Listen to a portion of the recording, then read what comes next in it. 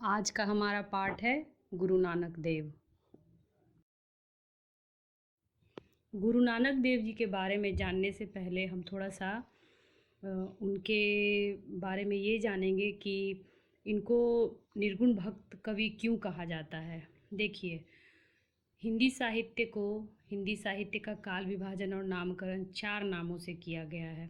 पहला आता है आदिकाल, दूसरा आता है भक्ति काल, तीसरा आता है रीतिकाल और चौथा आता है हमारा आधुनिक काल। तो ये जो भक्ति काल का समय है, इसी में सारे निर्गुण भक्त कवि, सगुण भक्त कवि ये सब आते हैं। निर्गुण भक्त कवि को भी 2 भागों में बांटा गया है, एक ज्ञानाश्रय शाखा और एक प्रेमाश्रय शाखा। उसी प्रकार से सगुण भक्त कवि में आपकी राम भक्ति आती है और कृष्ण भक्ति आती है। गुरु नानक जी का अगर जीवन परिचय देखें तो इनका जन्म 1469 ईस्वी में, जन्म स्थान ग्राम तलवंडी, जिला लाहौर, पाकिस्तान में, जो कि अब पड़ता है। इनकी माता का नाम तृप्ता, पिता कालूचंद, पत्नी सुलक्षणी। इनकी मृत्यु हुई 1539 ईस्वी में। जन्म स्थान है ननकाना साहब के नाम से जाना जाता है, जो कि वो अब पाकिस्तान में है। सिखों का ये बहुत महत्वपूर्ण तीर्थ स्थल भी माना जाता है। लोग वहाँ पे जाते हैं दर्शन करने, जानते हैं कि ये स्थान गुरु नानक देव जी का है। इनकी प्रमुख रचनाओं को देखें और इनकी भाषा को अगर हम लोग जानें तो इनकी प्रमुख रचनाओं में जपूजी, रहीरास, सोहिला, असदी बार, पंजाबी, हिंदी, ब्रजभाषा और खड़ी बोली का मिश्रण इनके काव्यों में मिलता है। गुरु ग्रंथ साहब में इनकी सारी रचनाओं को संग्रहित किया गया है, शामिल किया गया है, और ये सिखों का धार्मिक ग्रंथ भी माना जाता है। और इन सबको इकट्ठा किसने किया था? तो 1604 ईस्वी में गुरु अर्जुन देव, जो कि सिखों के 5वें गुरु थे, इन्होंने इसको पुस्तक का रूप दिया और ये पुस्तक सिखों का धार्मिक ग्रंथ बन गया। और इनके जो पद हैं वो भक्ति और विनय के पद हैं। भक्ति यानी ईश्वर की भक्ति, ईश्वर के लिए अच्छी अच्छी बातें बोलना, उपदेशात्मक वाणी भी है। उसके अलावा उपदेश देते हैं, निर्गुण निराकार ईश्वर की उपासना पर बल देते हैं, और पहले संत हैं जिन्होंने आक्रमणकारियों के खिलाफ आवाज़ उठाई। जितने भी विदेशी आक्रमणकारी थे, चाहे वो किसी भी देश से आए हों, इन सब के खिलाफ इन्होंने आवाज़ उठाई। एक और महत्वपूर्ण बात, स्त्रियों को भी इन्होंने सम्मान दिया। एक विशेष बात हम लोग ये जाने कि जो गुरु नानक थे, इनके टाइम में जो भारत देश था, वहाँ पे विभिन्न प्रकार के पंथों का राज चल रहा था। विभिन्न प्रकार के जो आंदोलन थे उनका राज चल रहा था। और हमारे देश में उस समय हिंदू मुस्लिम को लेकर के भी बहुत विवाद चल रहा था। बहुत सारे ऐसे राजा हुए जो कि मुगल मुस्लिम राजा हुए, जो कि ज़बरदस्ती भारतीय जनता को बोलते थे कि नहीं, आप ये धर्म बनाइए। तो इन्होंने समाज में सामाजिक सद्भाव कायम रखने के लिए इस तरह की रचनाओं को रचना प्रारंभ किया, जिससे लोग धर्म और जाति से उठ करके सच्चे इंसान बने, अच्छे मानव बने और उनके में सद्गुणों का वास हो।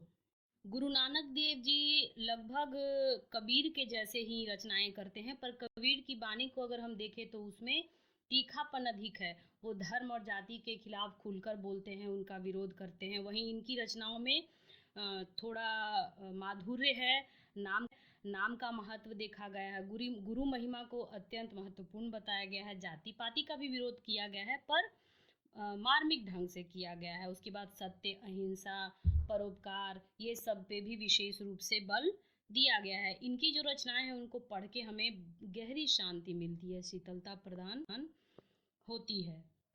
इसी कारण से इन्होंने इनकी अपनी वाणी के ही बल पे ये बहुत सारे जो सामाजिक अत्याचार थे, राजनीतिक और धार्मिक अत्याचार थे, उनके खिलाफ मुखर होकर के आवाज़ उठाए, रचनाएं की, और बाद में फिर उनको अच्छे से समाज में प्रचार।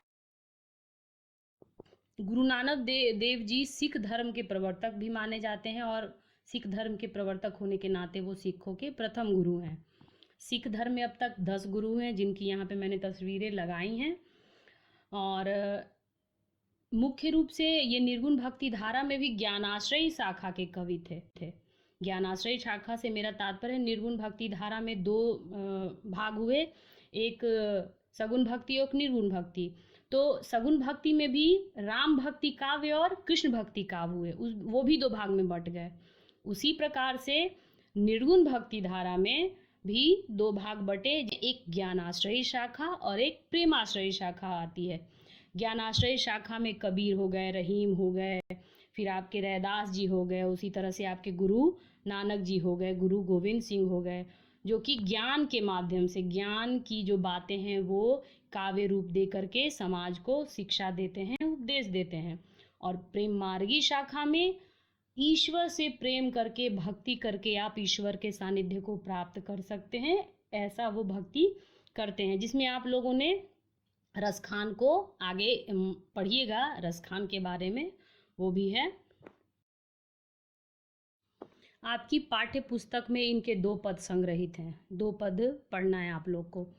पहला पद है राम नाम बिनु बिरथे जगी जन्मा, और दूसरा जो नर दुख में दुख नहीं माने।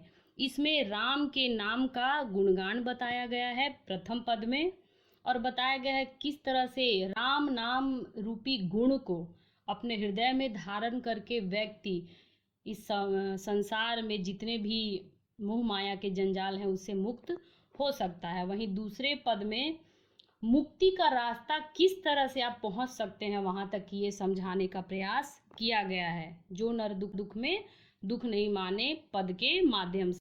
दूसरे पद में विशेष रूप से इस बात पर बल दिया गया है कि मनुष्य का जो हृदय है, अंतःकरण है, उसको निर्मल होना चाहिए, उसको पवित्र होना चाहिए। कैसे और क्या करना है इस पद में वो आगे बताते हैं, मैं उन्हें आगे आपको समझाऊंगी।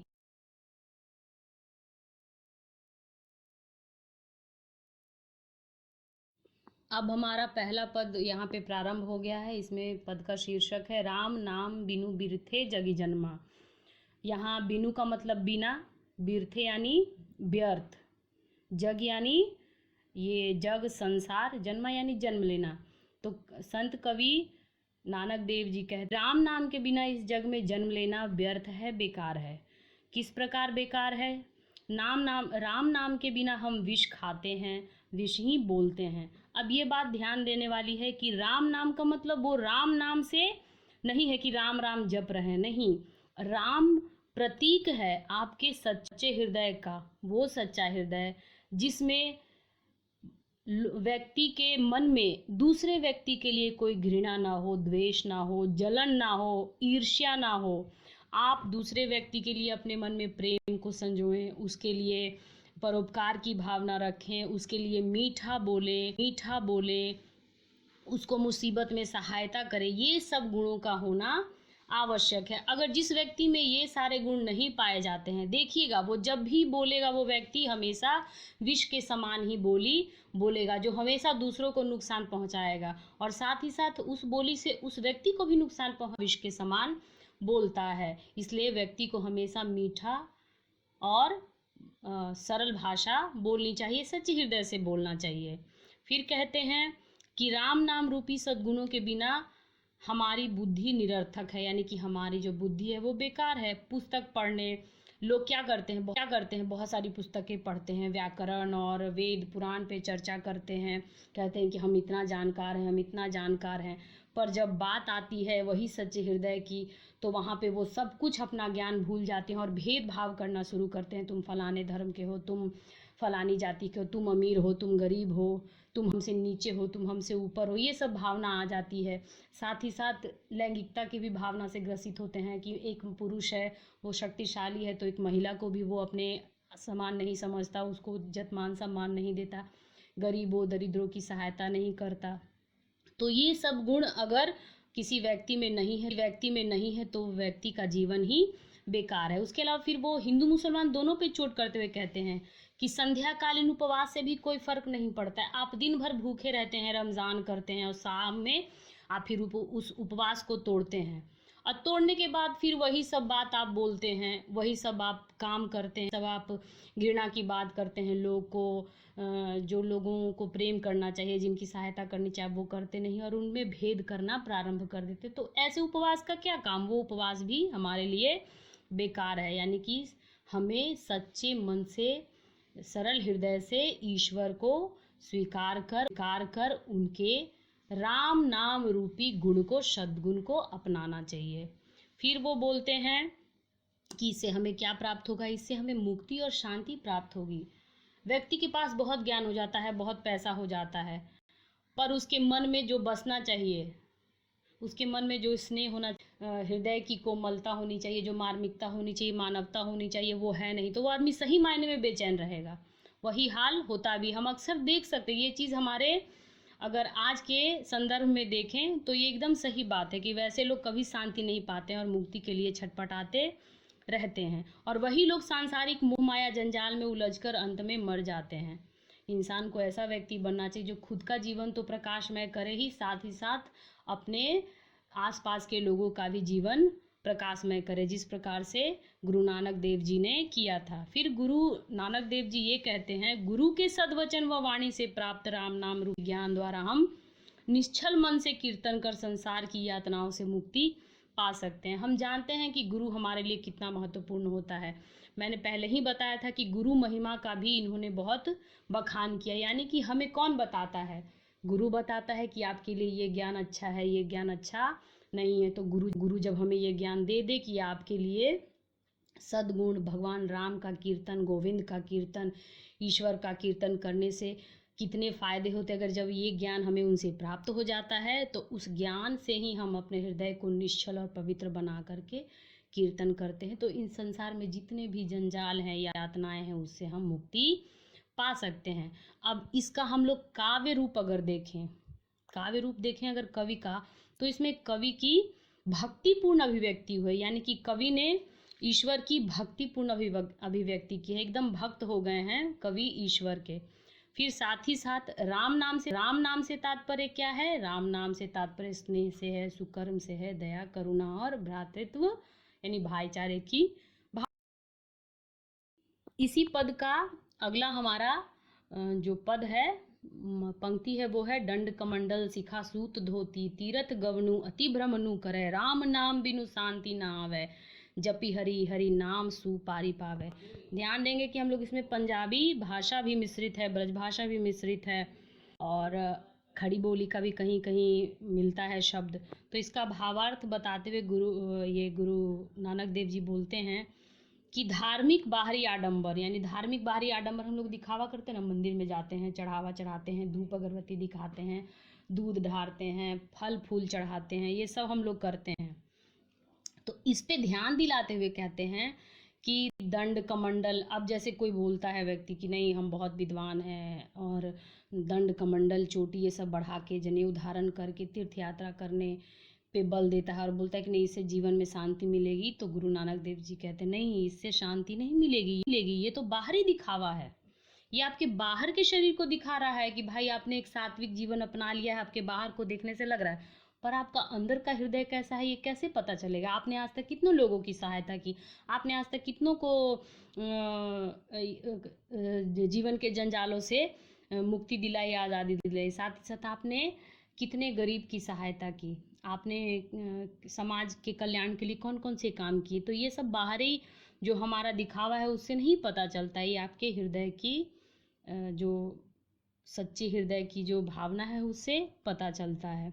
नानक जी ये उपदेश देते हुए कहते हैं कि वह सर्वोत्तम साधन है, यानी साधन यानी हमारे लिए वह सर्वोत्तम रास्ता है, राम नाम, यानी राम नाम रूपी सद्गुण ही ऐसा रास्ता है, सच्चा रास्ता है जो मनुष्य को भव सागर यानी कि इस संसार के भिन्न भिन्न प्रकार के जो मोह माया के जंजाल हैं इससे हमें पार निकाल सकते हैं। इसलिए हरि यानी राम की भक्ति का रसपान हमें करना चाहिए, यानी कि उसे अपने रोम रोम में समा लेना चाहिए, तभी हम स्वयं व्यक्तिक रूप से ईश्वर को प्राप्त कर सकते हैं, अनुभूति होगी। देखिएगा अगर आज के समय में देखें इसको, तो कभी भी आप किसी भी सहायता के लिए जो व्यक्ति आपके पास आ रहा है, असहाय की आप कभी भी सहायता करते होंगे, तो आपको लगता होगा उसके बाद कि मेरा मन बहुत शांत लग रहा है, ऐसा लग रहा है कि मैंने ईश्वर को प्राप्त कर लिया।